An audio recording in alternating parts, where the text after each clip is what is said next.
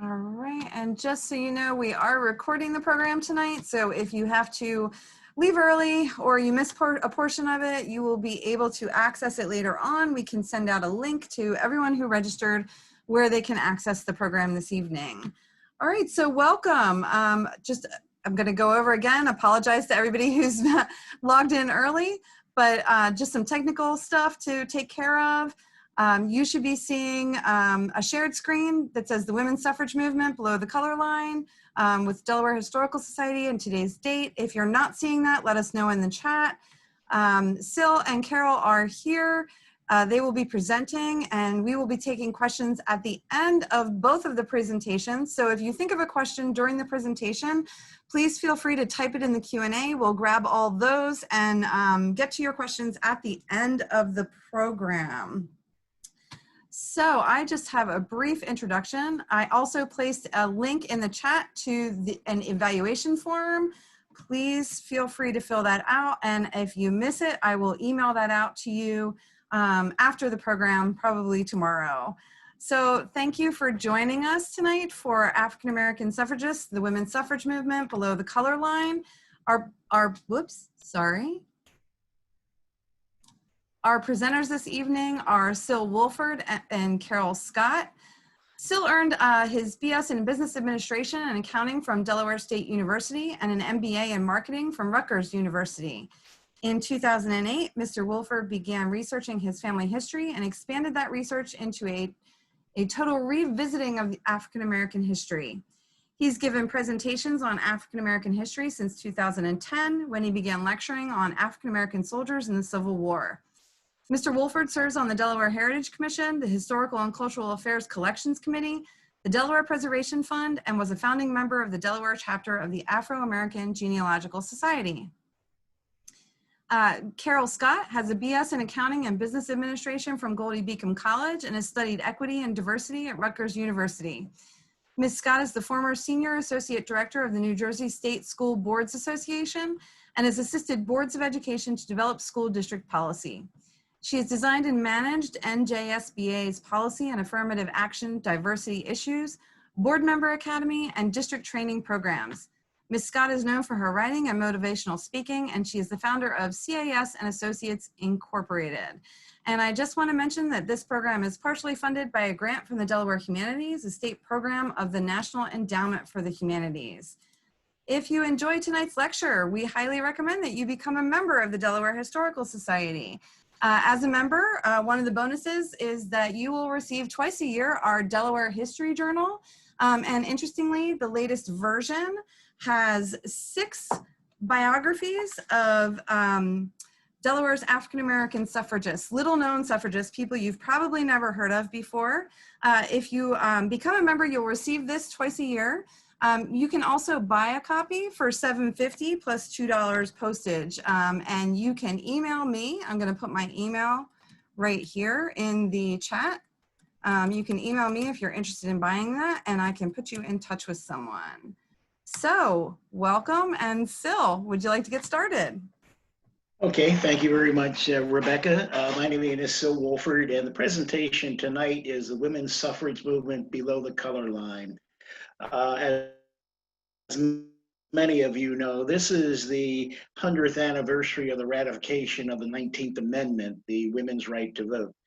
During that period of time, and we're talking 1920, we were living in the Jim Crow period of history, a very segregated period of history, and lynchings were still common through the country. This environment impacted the women's suffrage movement and didn't give African-American women true access to the movement. But many of them made a contribution and were active in getting women the right to vote and telling women how they should vote after they got the right to vote. So we want to take this time to celebrate the movement as well as to celebrate those African-American women who, again, stood up at a time of great trial in order to be recognized as one who advocated for the right to vote. Let us get started. The original movement was a social reform movement which included not only women's right to vote, but it included ending slavery as well as the women's temperance movement. And so all of these movements were together, all of these social changes or societal changes were linked together. Lucretia Mott and Elizabeth Stanton went to London in 1840 to the World Anti-Slavery Convention, and they were not allowed to sit in the main gallery. They were restricted to sitting in the balcony. And William Lloyd Garrison was representing the American Anti-Slavery Society. And to be supportive of them, he also sat in the balcony. When these ladies got back, Elizabeth Stanton and Lucretia Mott got back to the United States, they decided that because these movements were so male dominated, they needed a women's movement. They needed to be able to develop their own power and have their own voice in the movement. And so they set up the Seneca Falls meeting. And the Seneca Falls Convention was July 19th and 20th, 1848. There were 5 organizers: Elizabeth Stanton, Lucretia Mott, Mary McClintock, Martha Wright, and Jane Hunt were the organizers of this meeting. And this was the first meeting that separated the women's suffrage movement or women's rights movement from all the other movements that it had been associated with. There were no African-American women in Seneca Falls.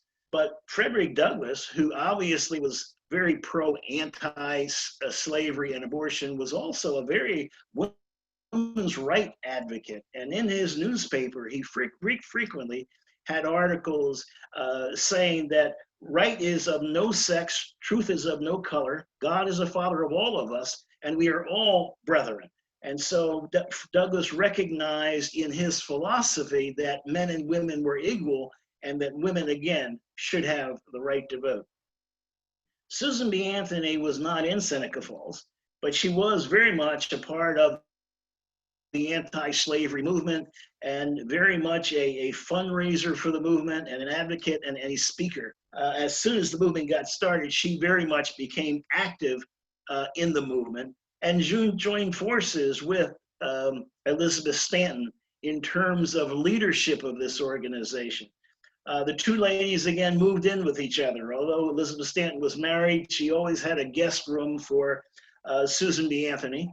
And from 1851 to the end of Susan B. Anthony's life, the 2 lived in the same household. The Civil War came in 1861, ended in 1865, and the movement got disrupted.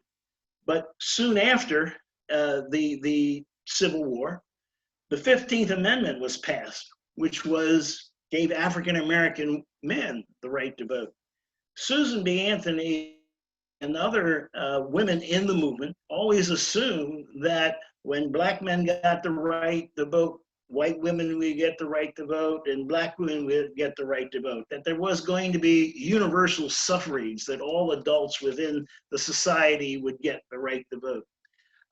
This upset and offended not only Susan B. Anthony, but many other members of the movement.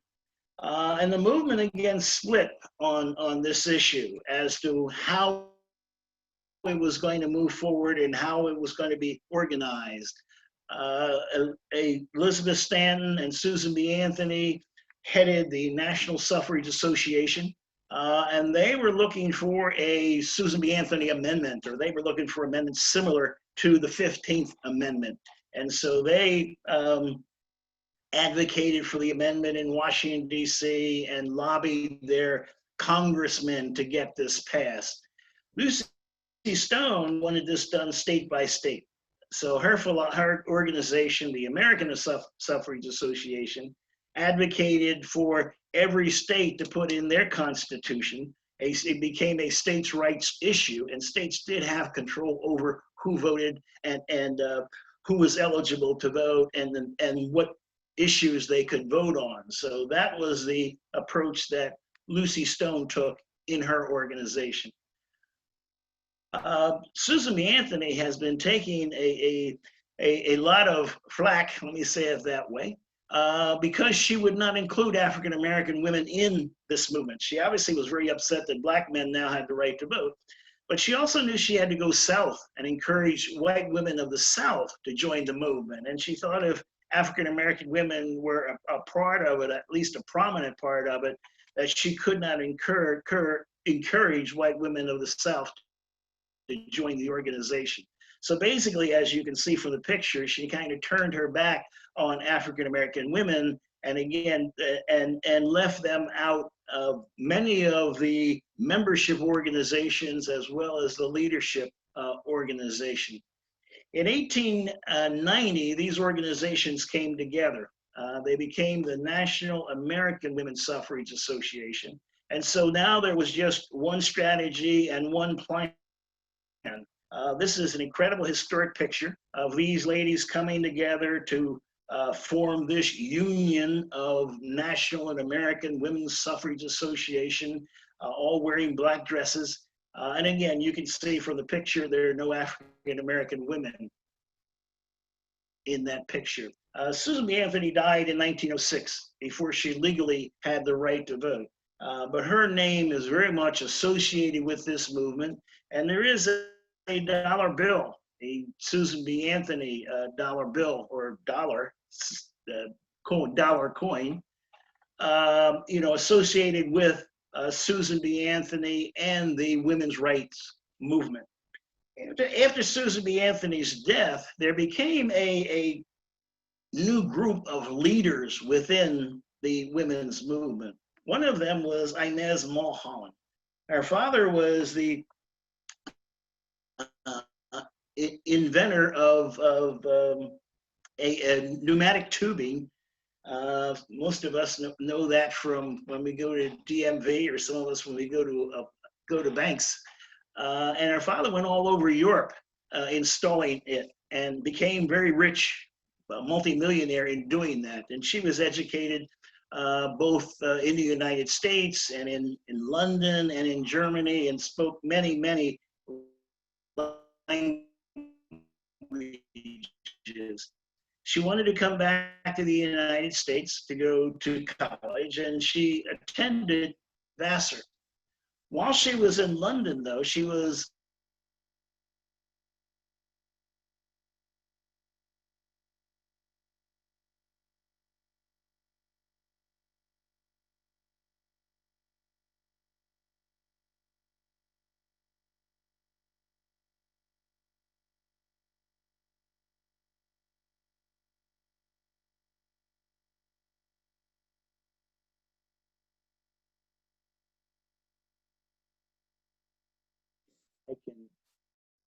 something happened to my machine. Let me. Okay. Okay. I guess we're okay. Okay. Okay. Do you want to try? Okay. I think I'm back to normal. Okay. Can you try sharing again? I'm not seeing your screen. Okay. Do you want me to start it up again? Yes. Do share. What are you screen. seeing? I'm just seeing you. So just do share screen again. The green button at the bottom, just like last time.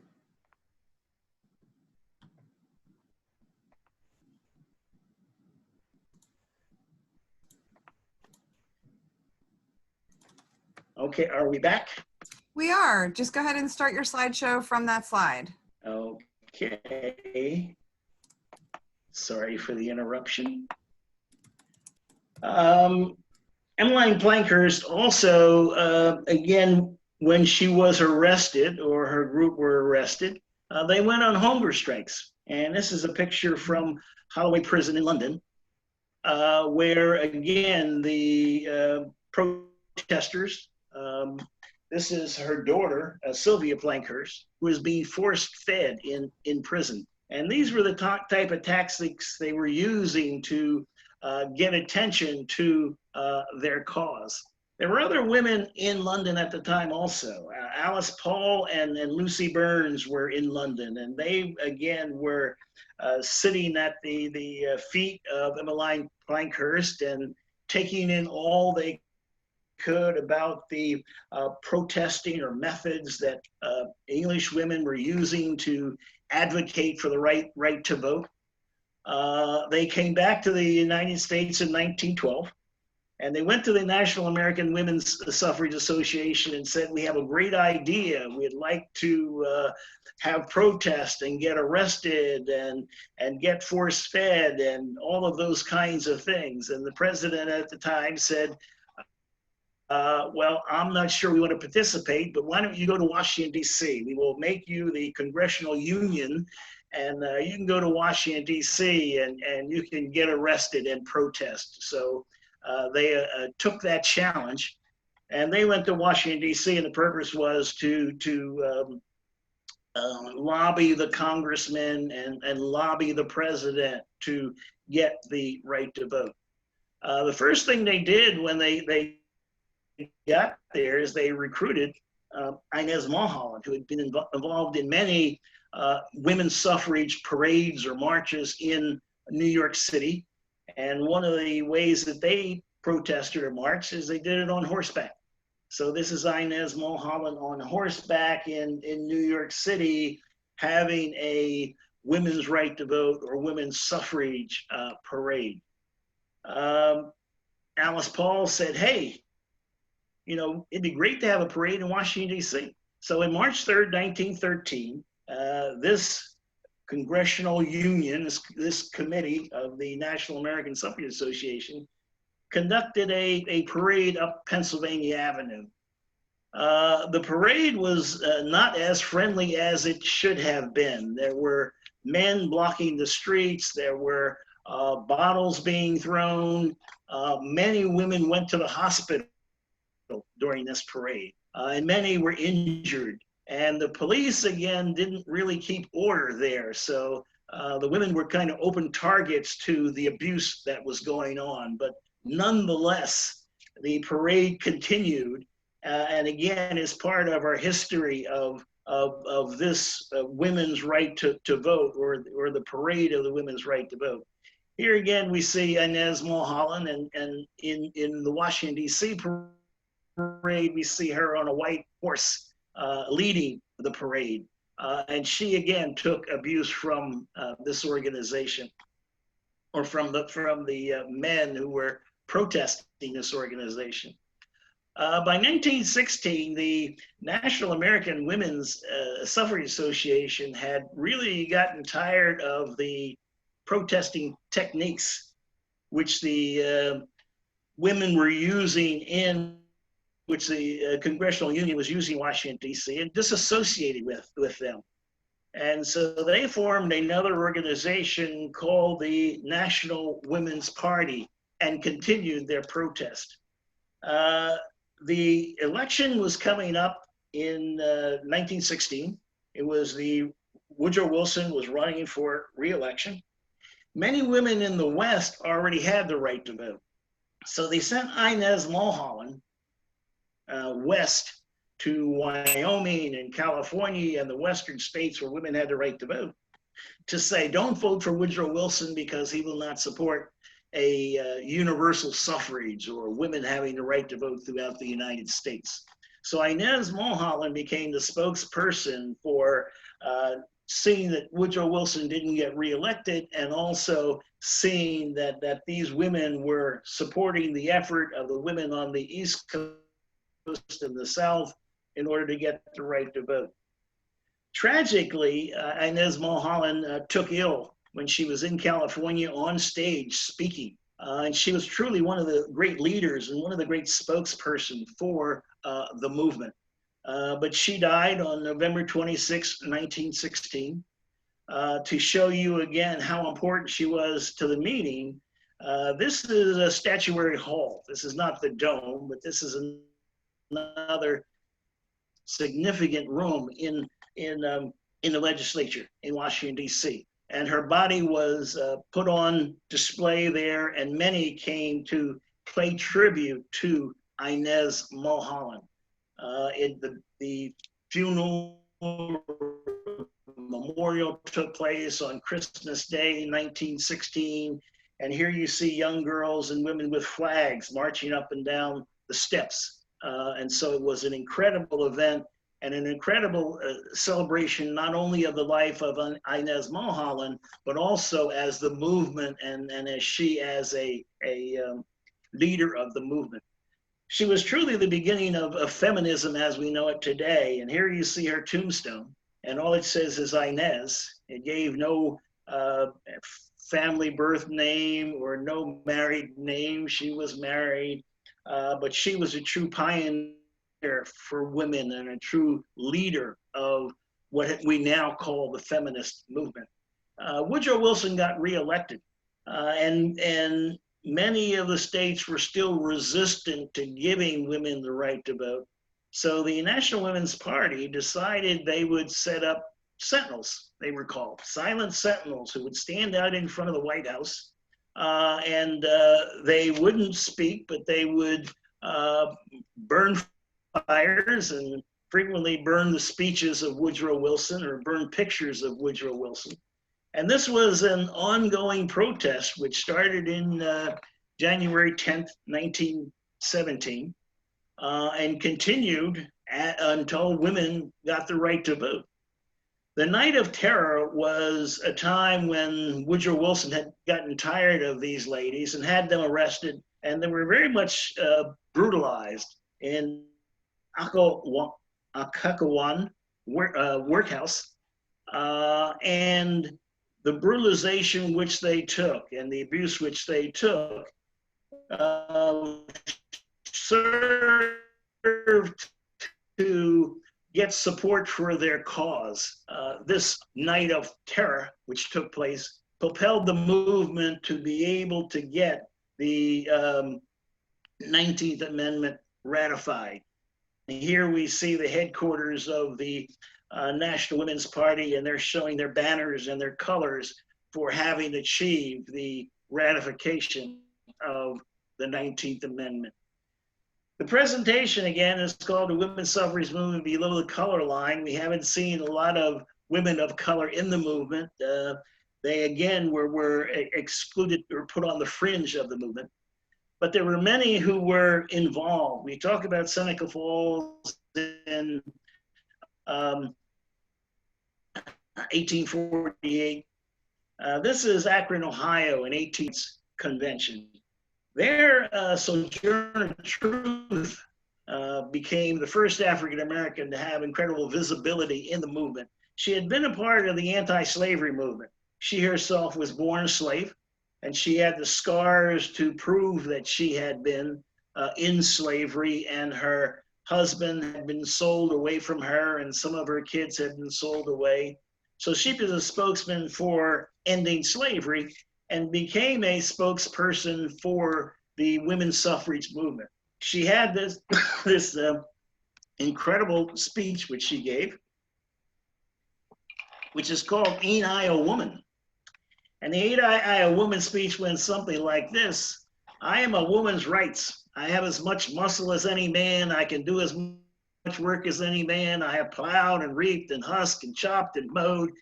And can any man do more than that? I have heard much about the sexes being equal. I can carry on as much as any man and eat as much too. If I can get it, I am as strong as any man there is now. So that was her way of saying feminism, that she was a feminist and she was for the women's suffrage movement. She, as Susan B. Anthony, concerned that African-American men had gotten the right to vote and African-American women hadn't got the right to vote. And these are her comments on that topic. I feel that I have the right to have just as much as a man. There's a great stir about colored men and getting the right to vote, but not a word about colored women. And if colored men get the rights and colored women not theirs, the colored men will be masters over the women, and it will be just as bad as it was before. So she very much expressed her opinion. One of the great African-American leaders of her time was Mary Ann Shadd Carr. And she was a guest speaker at many of the women's suffrage movement, although she was not a member. She also fought to get women included in what at the time were called the Colored Men's Conventions, which were organizing and setting the agenda for the African American community during that period of time. And she forced herself into the Colored Men's Conventions, and also, again, forced herself into assuring that if white women got the right to vote, that African American women were also going to get the right to vote.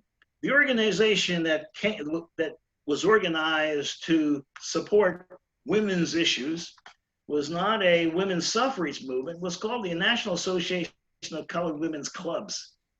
This was the club movement. Any club, sewing club, cooking club, knitting club, all as we climb. So they were trying to lift themselves up and lift up other women of color. An organization started in 1896, and some parts of it still continue today. Mary Church Terrell was the first president of the National Association of Colored Women's Clubs. Very well educated, a true leader in the African American community. She gave a speech, and her speech was called The Progress of Colored Women. It says, if judged by the depths from which they have come rather than the heights to which those blessed with centuries of opportunities have attained, colored women need not hang their heads in shame. So this was her advocacy, again, for seeing that women of color had made a contribution to the country, and that when it came to getting the right to votes, they should not be denied or should not be ignored.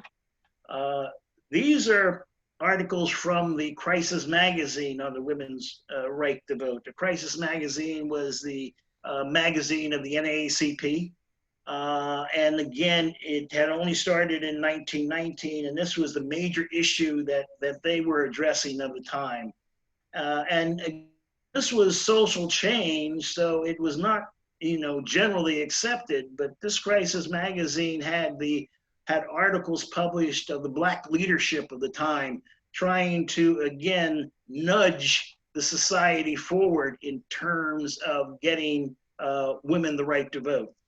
Again, one of the comments was made by Mary Church Terrell, and it says, it is difficult to believe that any individual in the United States with one drop of African blood in his veins can oppose women's suffrage. So that was her speech to anyone who was reading the Crisis magazine. These are other prominent women and men of the time who were able to express their positions on women getting the right to vote. During the parade, Ida B. Wells had come in from Chicago, and they had originally told Ida B. Wells she would have to go to the back of the parade if she wanted to march, but she'd come in with a delegation from Chicago. And again, they supported her and she supported herself, and so she didn't go back to the parade, and she did march with a delegation from Chicago. The first African-American sorority was the Alpha Kappa Alpha sorority. And they took a vote as to whether they should or should not participate in the parade. And they decided not to participate in the parade. And several of the AKAs walked out of that meeting and started a new sorority, which was called Delta Sigma Theta. And Delta Sigma Theta definitely aligns itself with the women's suffrage movement and with the rights of women and feminism, and so has embraced this as part of their mission in the sorority. It again so embraced the idea that there were many women who were not members of Delta, but Delta made them honorary members, such ladies as Ida B. Wells and Mary Church Terrell, and later on Alice Dunbar Nelson. So these were folks who were associated with Delta Sigma Theta. After women got the right to vote in 1920, these two ladies, Mary Church Terrell and Alice Dunbar Nelson, again went to communities. This is them coming to Wilmington and explaining to African American women that they now had the right to vote. They frequently said they should vote Republican. but it showed them how to exercise their vote and how they could make change. Mary Church Terrell, again, was such an advocate that when she went to Dover, she was arrested for disturbing the peace. So again, even after women got the right to vote, there was still resistance to women exercising their right. African American women didn't think they were being supported by Alice Paul and by the National Women's Party in terms of making sure that their right to vote was honored. And much of this, again, was in the South, where Black men and Black women really could not exercise the right to vote. So this was one women's group protesting against another women's group, and Alice Paul kind of said, well, racial issues are not the mission of the National Women's Party, so I feel no obligation to do that. Alice Dunbar Nelson, again, was an advocate for anti-lynching, and because the US congressman from Delaware would not support that, she and a few other friends from the NAACP voted him out of office. So this is an incredible use of the power of the vote to make change in the society. Let me thank you for your time. Hopefully I've given you some, and let me call it inspiration, to learn more about African American women participation in the women's suffrage movement. The second half of this presentation will be done by Carol Scott, but before that, I'd like to turn it over to Rebecca Fay to show you a couple of videos. Thank you again for your time. All right, everyone. Let's see if I can share my screen. So just a second. This might take just a second, I apologize.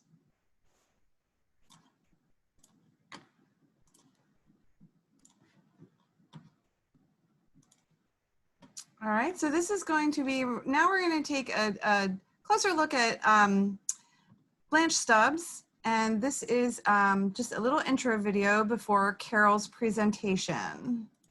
Now I would be pleased to introduce a short video about the late Blanche William Stubbs. I think the most important thing to learn from Blanche Stubbs, she was a polished educator. She came from a very basically good background, okay? But she did not allow that to puff her up, so to speak. She was willing to roll her sleeves up and do whatever was necessary to advance her people, advance African Americans. I like to describe women like Blanche Stubbs as being sort of diplomats or ambassadors to white women.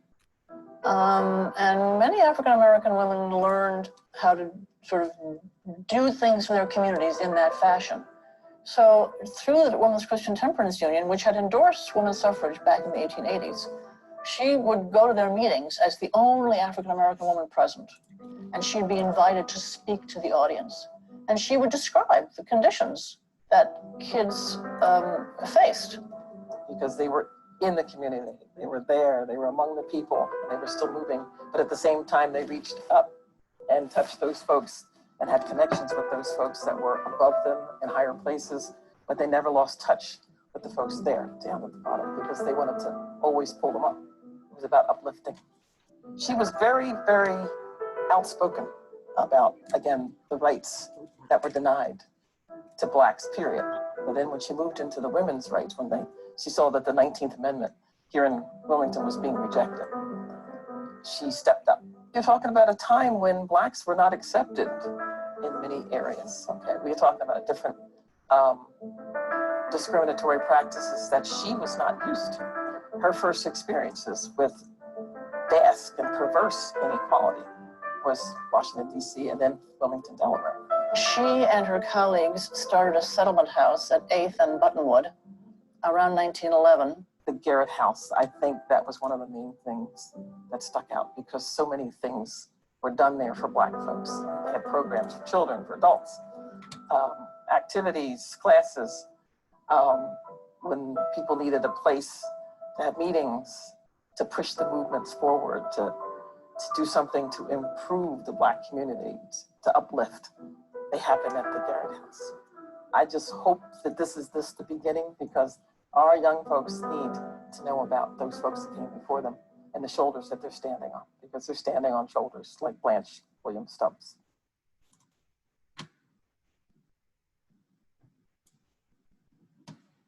Alrighty, I will put a link to that video in the chat in just a minute, and we're just going to get started with Carol's presentation.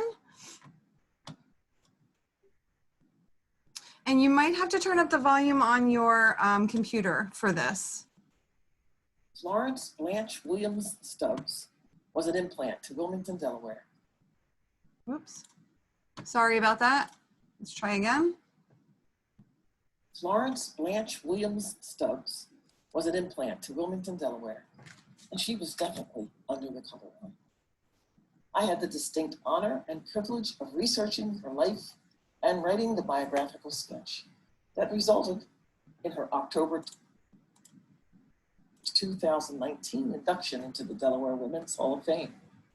As I take you on a journey, the life of Blanche Stubbs, I believe you will understand her more than worthy and prestigious placement into the Hall of Fame. But first, I begin my presentation with many thanks to Professor Emerita Ann Bowen from the University of Delaware's History Department, who walked into Dr. Carl Sudler's Black Women's Studies lecture hall, requesting writers to work on and bring to life forgotten women in the women's suffrage movement in Delaware. I thank her for her passion for women's rights and her desire to uncover, if you will, those hidden figures or hidden treasures who were champions, change agents, activists against segregation and discriminatory practices, and who were advocates and trailblazers for women's voting rights. Florence Blanche Williams Stubbs was born in Wisconsin in 1872, and she happened to be one of those hidden figures, one of those hidden treasures. This is the story of a suffrage leader who was not in junior or senior high school textbooks because African-American suffragists were forgotten by history. She was the 10th child of 15 and 8th daughter of John Ebenezer Williams and Elizabeth Bisley. John E. and Elizabeth B. Williams were both born in Pennsylvania, and they moved their family among Wisconsin and Illinois before settling in Marquette on Michigan's Upper Peninsula, which became the family home. Her father prospered as a barber, an occupation that provided opportunities unavailable to African-American men in other arenas. Her mother, Elizabeth, passed away from cancer at age 52 when Blanche was 15 years old. Her father, John, remarried the following year. He lived a fruitful life and passed away in 1911. Now, among Blanche Williams Stubbs' siblings, one brother and two sisters followed their father into the barbering, hairdressing field. Others pursued training in nursing, dentistry, master plumbing, and teaching. I mention this fact because society rarely thought it was possible for a family with 15 children, especially a Black family, to be successful. However, against all odds, Blanche and her siblings excelled. Blanche Williams entered Howard University in Washington, D.C., graduating in 1892. Upon graduation, she settled in Wilmington, Delaware, and was recruited to teach at the Howard School by the then revered principal Edwina Cruz.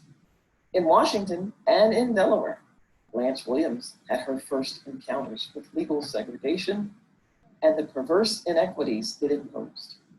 Wilmington's Howard School, which had been founded by the Delaware Association of the Moral Improvement and Education of Colored People, a group organized by whites in 1866, was by the 1890s Black run and the first Delaware school to provide a full curriculum to its students. It offered the only four-year high school course for African Americans in the entire state. Blanche Williams taught at the Howard School for over 5 years. Blanche resigned shortly after marrying J. Bacon Stubbs of Spotsylvania County, Virginia. They married in December 1897. They met while at Howard University, where J.B. Stubbs earned his medical degree, and she finished her degree in education. Blanche was born, as we know, in Wisconsin, but they again settled and stayed in Wilmington, Delaware. There they bore 3 children: Jeanette, Elizabeth, Frederick Douglass Stubbs, and their marriage lasted until Dr. Stubbs passed away in 1935.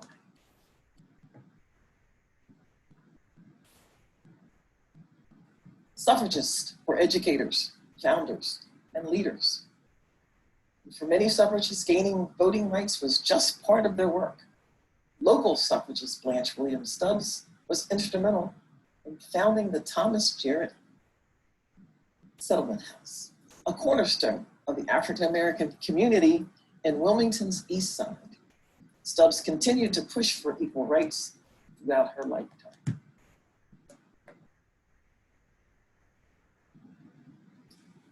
Blanche and husband, J.B. Stubbs, joined Howard School teacher Alice Ruth Moore Dunbar, later Dunbar Nelson, to found the Garrett Settlement House, and it was named for the city's famed abolitionist leader, Thomas Garrett. The settlement house, located at 7th and Walnut Streets, was incorporated in 1913. Its offerings included a kindergarten and playground, domestic science, art, and music classes, athletic training, lectures on African American history, and it provided meeting spaces for African Americans as was needed. Blanche Stubbs became the settlement's first director and served in that capacity until 1949.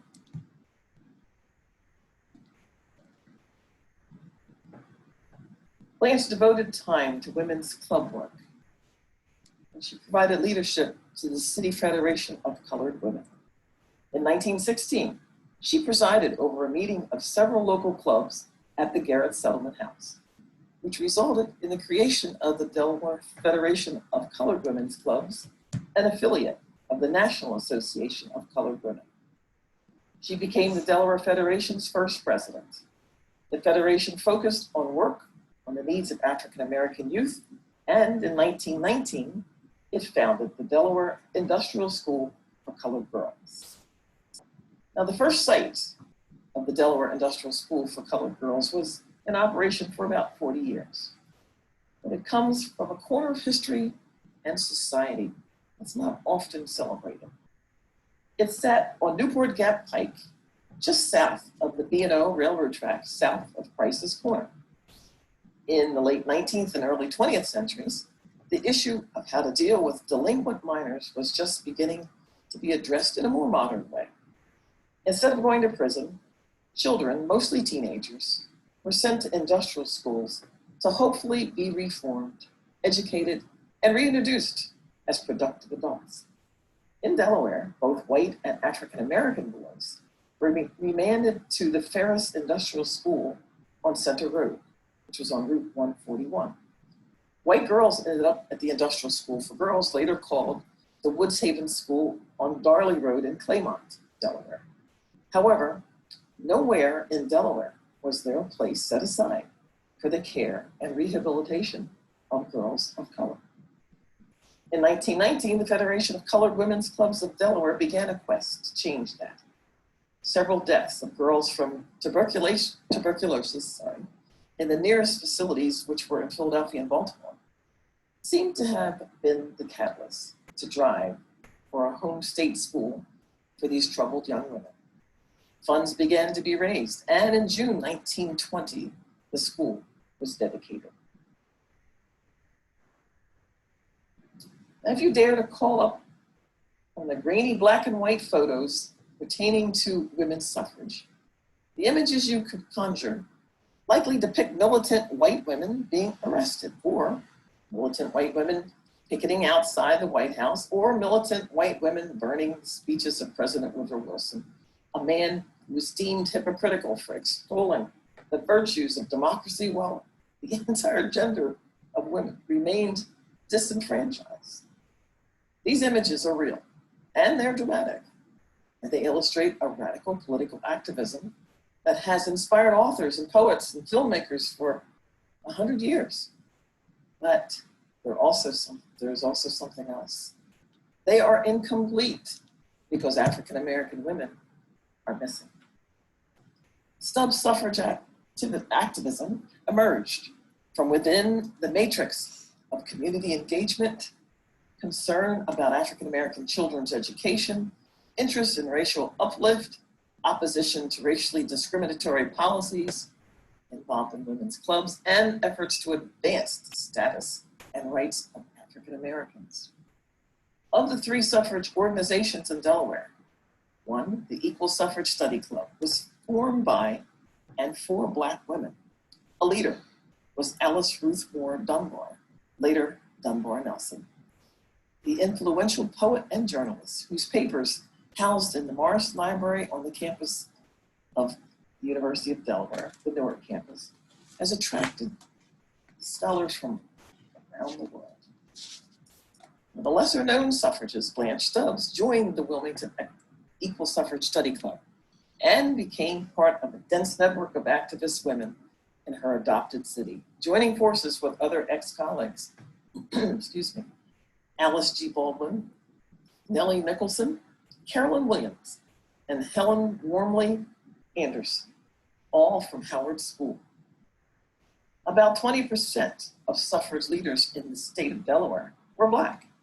However, you won't see them in photos because the more confrontational tactics that made for front page news were risky business for women of color, who were subjected to racist comments and abuse from onlookers. Instead, like most suffragists of any race, these women were largely focused on the less sensational, though equally important, the work of petitioning, lobbying, and organizing. There was a looming shadow of white racism when dealing with racist lawmakers in Delaware.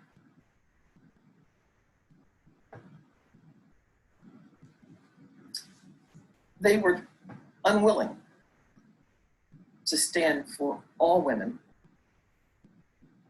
and they were seeking votes for just the white society. They tended not to touch the issue, to deflect its different strategy. From shouting racist slurs, no, they didn't do that. But instead, they slighted them by ignoring them, which is another means of marginalization of African Americans. When Delaware suffragists organized Wilmington's first mass suffrage parade, Blanche Stubbs served as marshal for the colored section, which marched separately from the white suffragists, and they were behind the white women in the parade. In 1920, Delaware had the opportunity to become the 36th and final state needed to ratify the 19th Amendment, ensuring its passage. However, the legislature voted it down, and Tennessee went on to become the final state, guaranteeing voting rights for all women in America. On June 3rd, 1920, one day after the Delaware state legislature had refused to ratify the 19th Amendment, Stubbs scheduled a public lecture at the Settlement House on the equality of men and women. But when suffrage was finally won, she turned her attention to protesting Southern states' disenfranchisement of Black women. February 1921, she was part of a 6-woman delegation led by Alice Dunbar Nelson that confronted the National Women's Party chairman, Alice Paul, on the party's refusal to support African American women voting rights.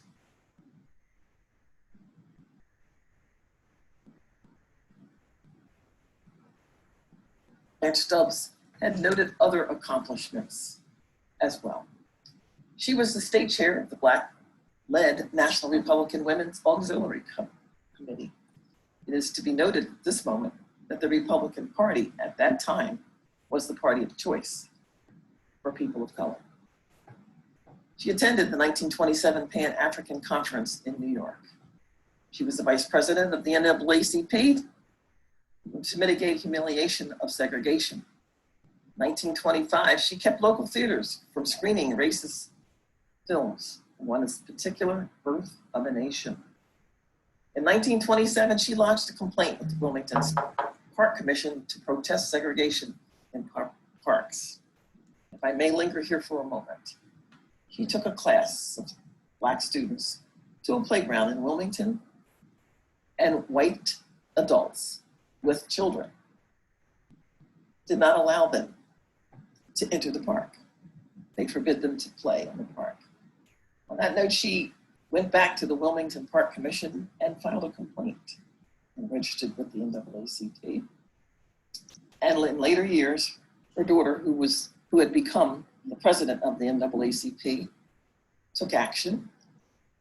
And I would dare to say that the complaint filed by her mother, Blanche Williams Stubbs, was the forerunner of the change that took place in Wilmington, Delaware, and that allowed Blacks to take part in activities in public parks, playgrounds, etc. So she established that early on.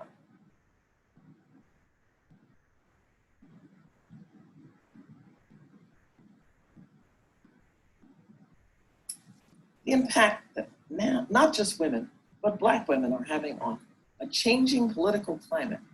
You realize Blanche Stubbs and other activists were the groundbreakers. I can only imagine what this now Hall of Fame awardee's thoughts might be if she were living today. I personally would like young people in Delaware and across the nation to know that it's important to recognize many leaders, and we do, like Martin Luther King, Malcolm X, and so many other greats before them and that followed them. But as well, we need to recognize a shero in the person of Florence Blanche Williams Stubbs from right here in Wilmington, Delaware.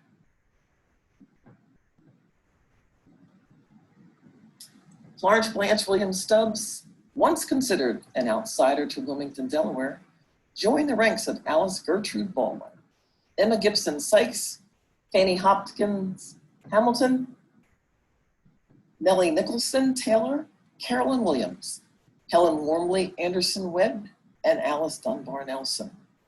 March 1952, she was eulogized as one of the most prominent women in Wilmington's African American community. Today, we acknowledge without hesitation that we do indeed stand on the broad shoulders of trailblazer, change agent, activist, Florence Blanche Stubbs.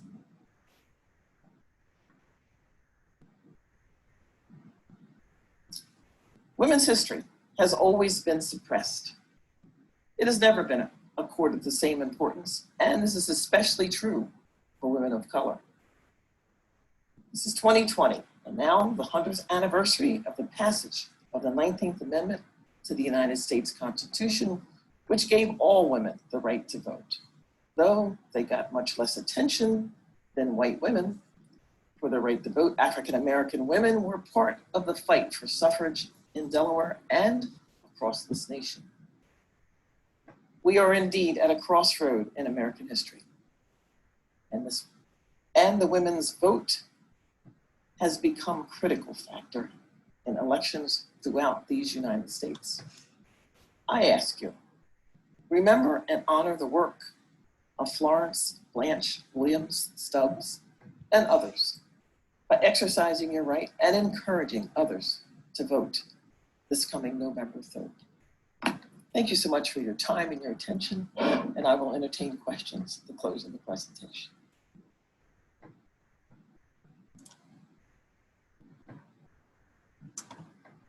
All right. So welcome back. I apologize. I was not able to check the chat during that presentation. It made everything stop every time I did check it. So I'll catch up on that. So we will go ahead and take questions. If anybody has any questions, there is one question in the Q&A. Sil, they're asking you to show the honorary members of Delta Sigma Theta again. Are you able to share that screen again?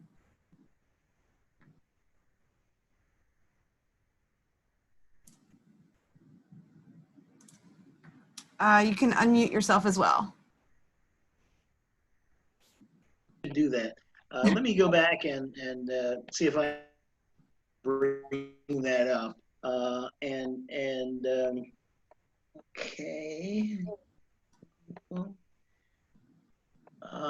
We're talking Ida B. Wells, Mary Church Terrell, and posthumously, Alice Dunbar Nelson was made an honorary Delta.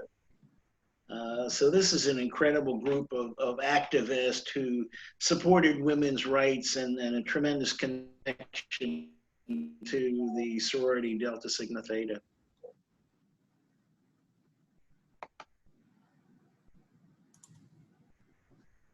All right, and while you're loading that, we do have a question about getting a copy of tonight's presentation and a link to the recording. Yes, we will put out a link to the recording and I can send that to the email that you registered with.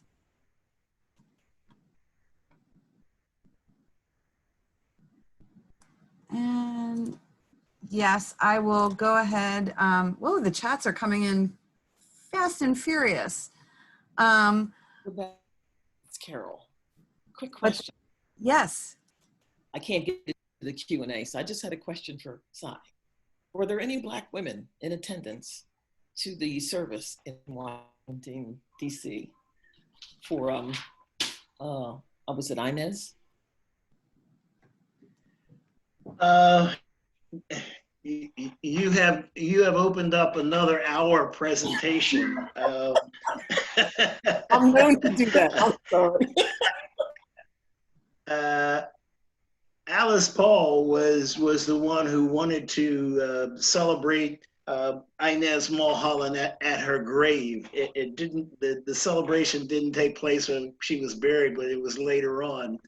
And her father, Inez Mulholland's father, was John Mulholland, who was the treasurer of the NAACP for 35 years.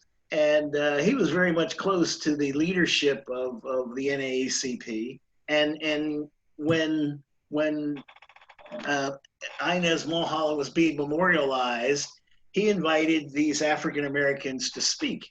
And Alice Dunbar Nelson didn't want them to speak at the grave of Inez Mulholland, which again is an incredible story. And the Black press picked that up, and again, the contention between the Black press and Alice Paul, and also the Black press and Susan B. Anthony for not really being inclusive in terms of African American women was very much a part of the movement, even at the time it was happening. And many of the supporters of Susan B. Anthony are trying to, I don't want to say rewrite history or clean up our history, but they're trying to better define why Susan B. Anthony was not supportive of African American women in the movement. All right, great. So we do have a couple more questions in the Q&A. So Donna asks or says, I deeply understand the need to vote. My frustration is the lack of character to vote for. Do either of you wish to speak to that? And she also adds, the system feels manipulative and futile, and she wants more than two choices of horror. So any comments? Does Carol want that one, or you want me to take it? No, you can take it. I'll say one thing. I feel her pain. This is a difficult election year. It is. And I don't want to negative when it comes to the choice that I think some of us recognize is a necessary option. But we do have some issues that we have to address. And I will say that I want the Black community to stand up. And I want them to make demands, and I want them to follow through. sure those demands are met, because I have found too often in the Democratic Party, who has been supported by Blacks for many, many decades, has fallen short of those things that we need. And I'll turn it over to. Other countries have parliamentary systems. They do not have what is a two-party system as we have, where you can only be a Democrat or Republican. They have smaller parties, and once a majority is formed, then they elect the head of the country. And whenever that head of the country loses support from any segment of the population or any particular group of parties, they call for a new election. We again have a presidential system where I was about to say we can't get rid of the president. We have already impeached this president, which means we should have gotten rid of him. But impeachment is the way to get rid of a president, but we weren't able to achieve that. So, you know, there are other forms of government, but I think we are going to stick with this form for a while. And again, as Carol said, I feel your pain, but hopefully we can work through this and be better for it. All right, great. So moving on, and someone asked if we will be showing this again, and saying that it was an important and inspiring webinar. Yes, so we will be able to send out a link to the recording of the presentation. And it will probably be posted on the Delaware Historical Society's YouTube channel. So you can just go to YouTube and search Delaware Historical Society. Give us a little bit of time. It takes a few days to get that done. So there we go. So Ms. Scott, would you say beyond voting, what would you say beyond voting is the most important effort we can do today to help the women's movement? 2 words: communication and unity. We obviously are not going to move forward unless we come together and sit at a table, all races, all cultures, and come up with an agenda that is going to be representative of all the people. Now, it's going to be difficult, of course, because we have different backgrounds, et cetera, but I believe those 2 factors are most important. Again, you can't move forward without communicating, and you have to have a gelled movement. It has to be unity. Hope that helps. And then she adds, additionally, what can white women do to help lift the voices of Black women during this election season?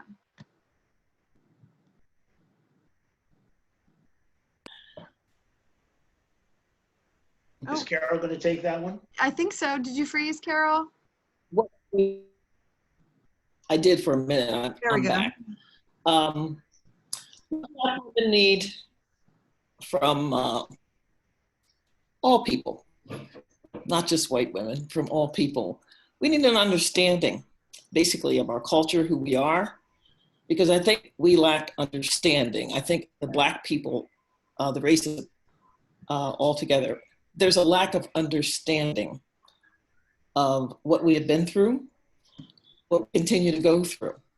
And I think once other cultures begin to understand the history for what it is, we're not trying to paint anything darker than it is or exaggerate. It's been a horrific history, 400 years of oppression. That carries over into how people interact and how they live out their lives today. It's important that we know that. So the first thing we need is support and understanding. The other thing is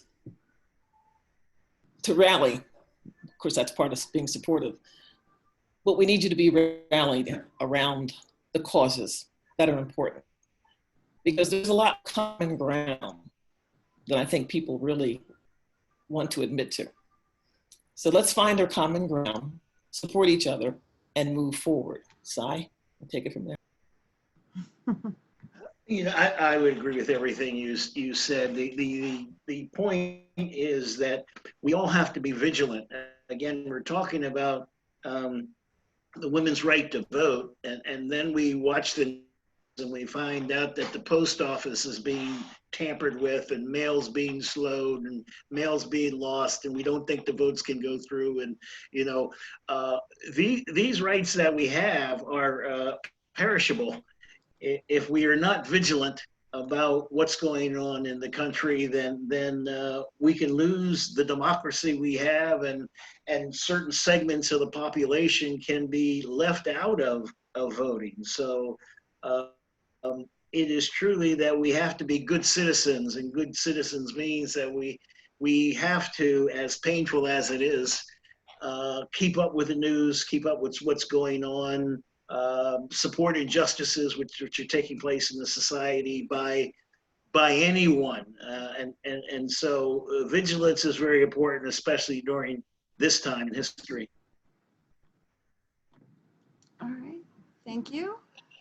So Lisa asks, this is somewhat similar to the previous question, but a little bit different. What challenges do persons of color face in exercising their right to vote currently? They're encountering some of the same issues that they encountered in past years, believe it or not. Sometimes I wonder if we're back in the Jim Crow era, because if you look at how ex-convicts, I'll use them as an example, we're talking about people that have served their time, so they pay their debt to society. However, they have lost their right to vote. And in order to exercise that right in many states, they must pay all the fines that they have on the books. So we're back to again almost. So a lot of similarities to past injustices that are going on today. That's one example. Sai, you want to pick up anything? I would add to that, Michelle Alexander's book, The New Jim Crow,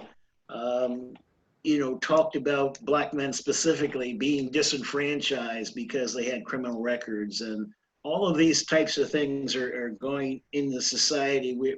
We're talking again in minority communities. There was one minority community that didn't have one voting station. They had to drive or walk about 2 miles to be able to vote. So these kinds of things that we hear about today, about delaying the post office and about reducing the number of polling places, and all of those kinds of issues are disenfranchising minority communities, and we truly have to be vigilant about it and hold the politicians accountable.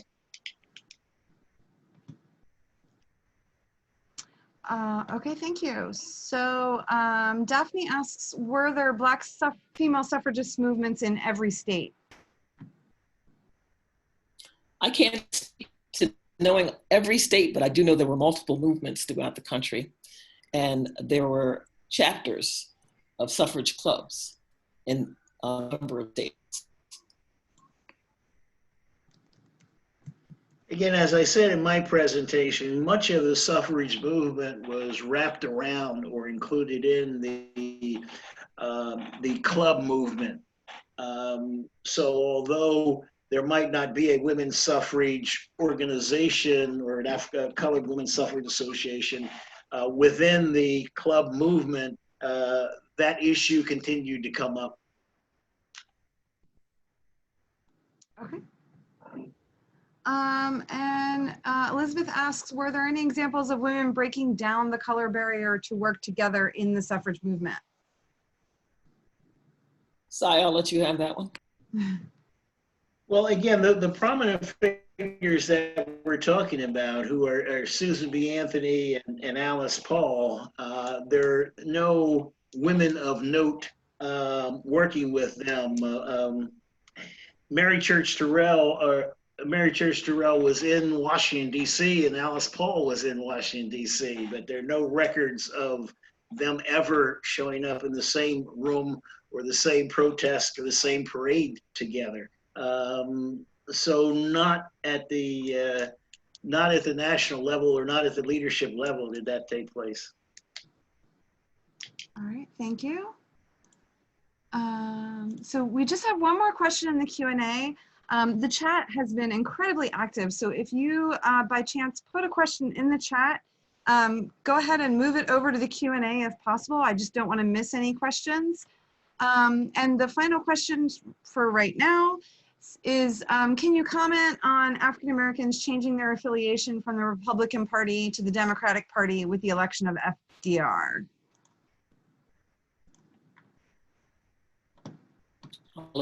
Historian.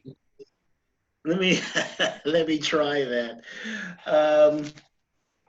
It was a gradual process, and I.B. Wells and W.E.D. Du Bois and William Trotter and Bishop Alexander Walters were prominent leaders within the African American community during the 1912 election, which was Woodrow Wilson and Taft and Roosevelt. And the names I mentioned became Democrats and supported Woodrow Wilson, to their dismay, of course. So the African American community did not think they were getting the right support or results from the Republican Party. They thought the Republican Party should end Jim Crow cars and should provide public education and all of those kinds of things. And the Republicans just weren't moving fast enough. So, you know, in the 1900s and especially in the 1912 election, African Americans were trying to be supportive of the Democratic Party, but when they got Woodrow Wilson, they, you know, said, "Hey, this guy lied to us." Literally, a delegation of African Americans went to the Oval Office in the White House and told the President Woodrow Wilson in his office, "You lied to us." And so this again was a gradual process, and eventually ended up with, you know, most African Americans today and after Roosevelt being Democrats. All right, great. Oh, sorry. Carol, did you want to respond as well, or no? No, I think he covered that. Okay. All right, great. And so Danae asks the ethnicity of Inez Mulholland. Sil, do you know the answer to that?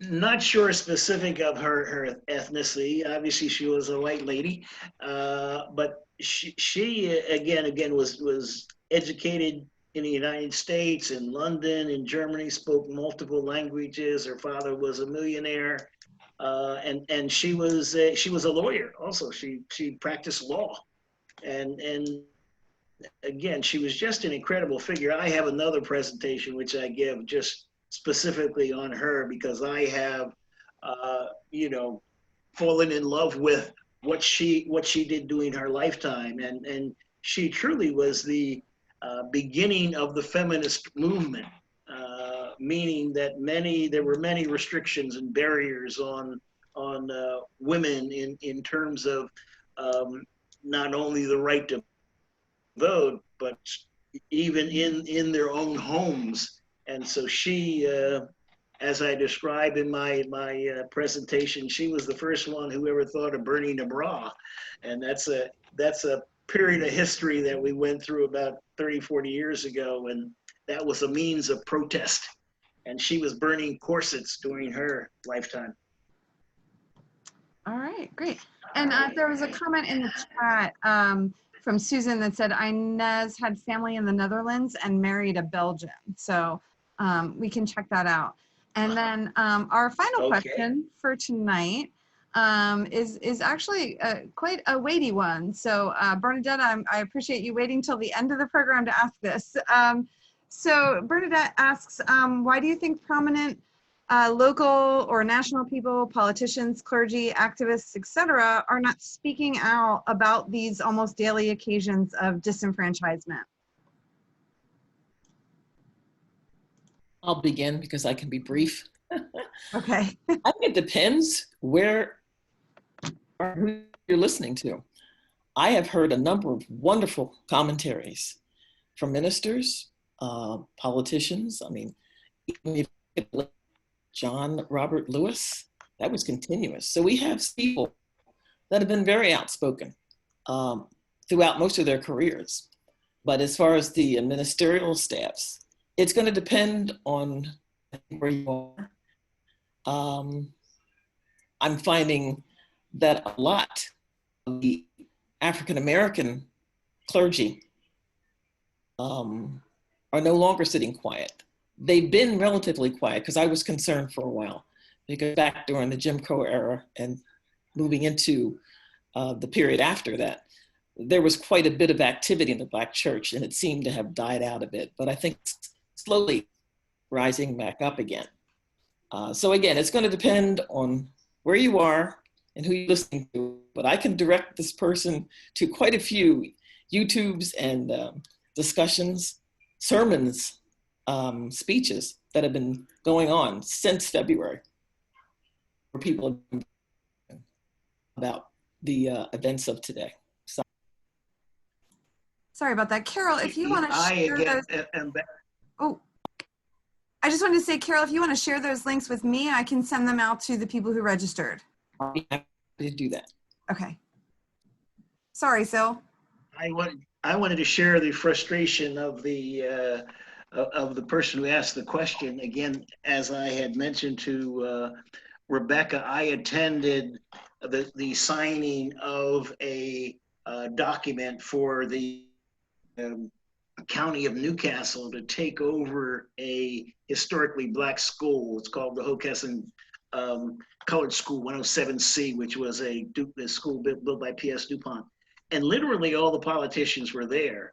Lisa Blunt Rochester, Chris Coons, state senators, county execs, county council members. The politicians were there.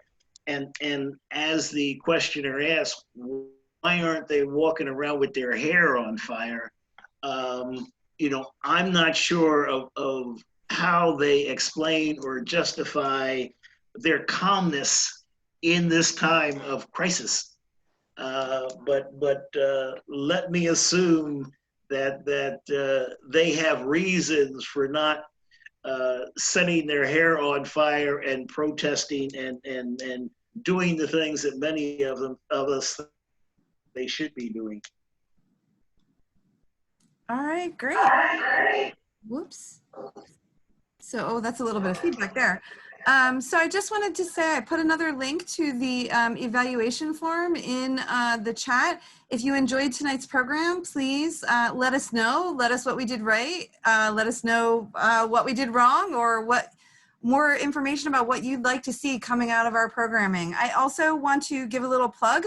Alice Dunbar Nelson was mentioned multiple times tonight, and the Historical Society is hosting another online program on Thursday, August 20th.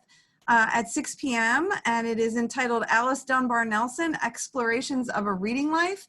And that will be with Dr. Jesse Erickson from the University of Delaware. So that's going to be a great program done here on Zoom. Sorry, Sil, someone wants you to provide the name of the school again. It was the Hockessin Colored School. What was that again? Someone's asking you to provide the name of the school again. Was it the Hockessin Colored School? It's a Hockessin Colored School 107C up in Hockessin, Delaware.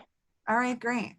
Thank you. And you can find more information about our programming at dehistory.org, the website for the Delaware Historical Society. You can click on calendar and you'll find more information about the August 20th program on Alice Dunbar Nelson, and a September program on Invisible Warriors, African-American Women in World War II. That's going to be a documentary screening, as well as a discussion with the director.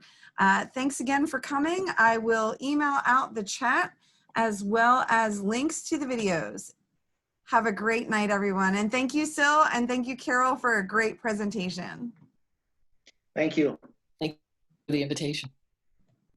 Bye-bye. Bye-bye.